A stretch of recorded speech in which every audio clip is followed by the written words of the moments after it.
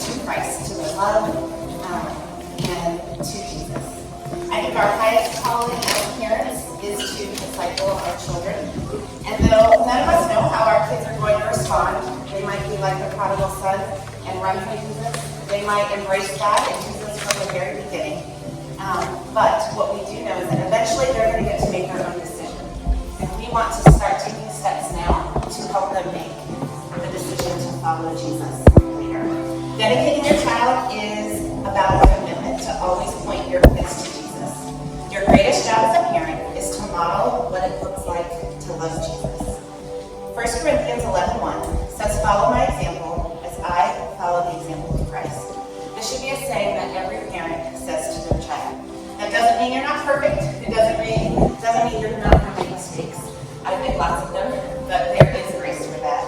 What this means is that you should have such a high standard for your own lives that your children will fall madly in love with Jesus and want to follow him.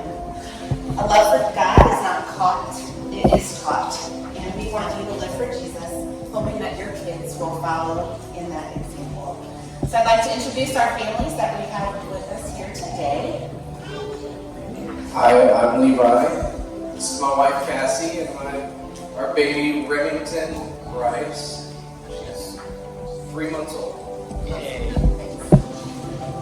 Hello, Richard Segar, my wife Lucy, and this is Roland, and he is 7 weeks. And Jake.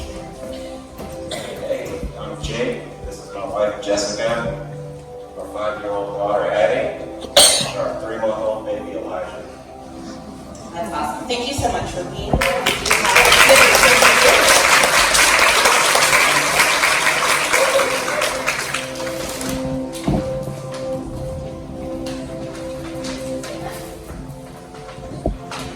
So parents, I have some advice, some goals, some hopes for you, and I'm going to read those to you, and at the end of these statements, I'm going to have you respond by saying, "I do." Do you commit to lead your family to love Jesus, love people, and make a difference?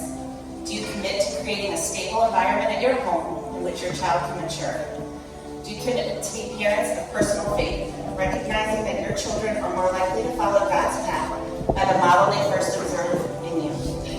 Do you commit to be parents with patience, recognizing that your inherent strengths and weaknesses, your desire to shape your child is a loving act that will require time, prayer, and God in order to produce in your children what he is your current? Do you commit to be actively involved in church and make it a priority for your family? If you believe and agree with those things, please respond by saying, "I do." I do. As parents, we want you to know that as young parents and families, you are not alone. The reason that we have Next Level Kids and Tots is so that we as a church can partner with you to help raise your kids to love Jesus. You'll spend more time with your kids than us, thankfully.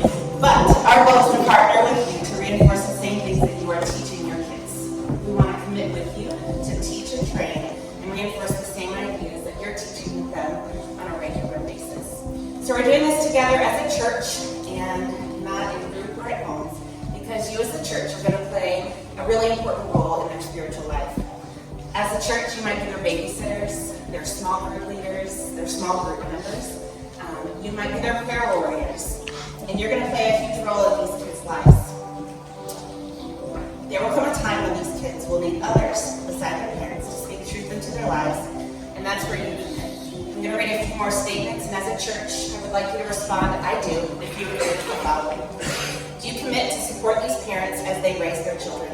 Do you commit to pray for these children? Do you commit to being a voice that will help these children love Jesus, love people, and make a difference? Thank you. Let's go ahead and pray for our families today. Father God, we are so thankful to be here today. Thank you so much that these families are choosing you and church as a priority for these sweet children. Lord, and we just pray for Cassie and Levi and Lindsay and Ricky and Jessica and Jake, and just ask that you would give them unexplainable strength, that you would give them wisdom and patience. And when they're mature, Lord, I pray that they would turn to you first and to the church second. We love you so much. We thank you for the gifts that are on the stage, and we just pray that